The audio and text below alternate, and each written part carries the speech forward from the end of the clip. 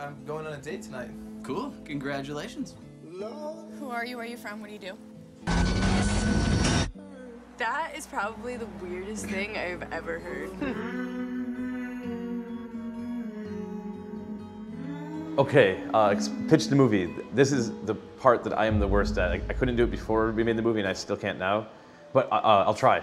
It's a love story about two characters who are a little crazy and they're obsessed with Mad Max. So they're building a flamethrower and playing with fire and blowing stuff up in their free time. And one of them falls in love and ends up going on kind of an insane journey.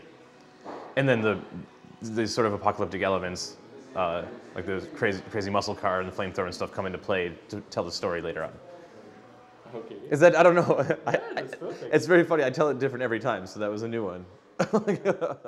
When I was a kid, I thought that Mad Max's car was the coolest car on the planet. Like, if you had that car, nothing could possibly be wrong. It would fix everything. Like that. I remember like thinking that like he had that car in the post-apocalypse wasteland and he was safe because he had this awesome car.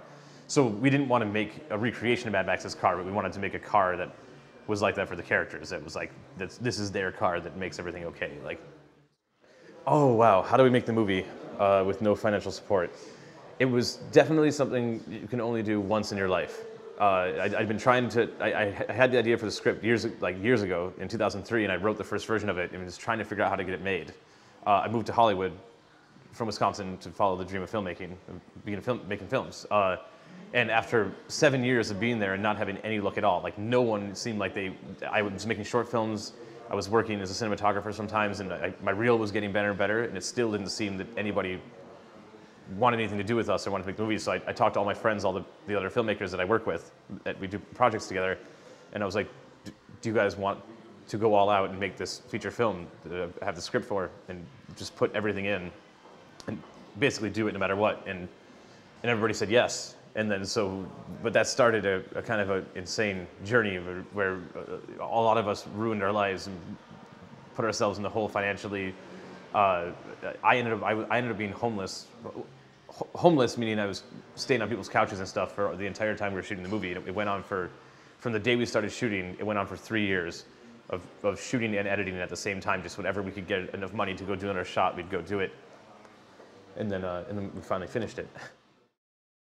What advice would I give to aspiring filmmakers who don't have an in? I think obviously you have to just keep working. You don't have to don't wait for someone else to hand it to you.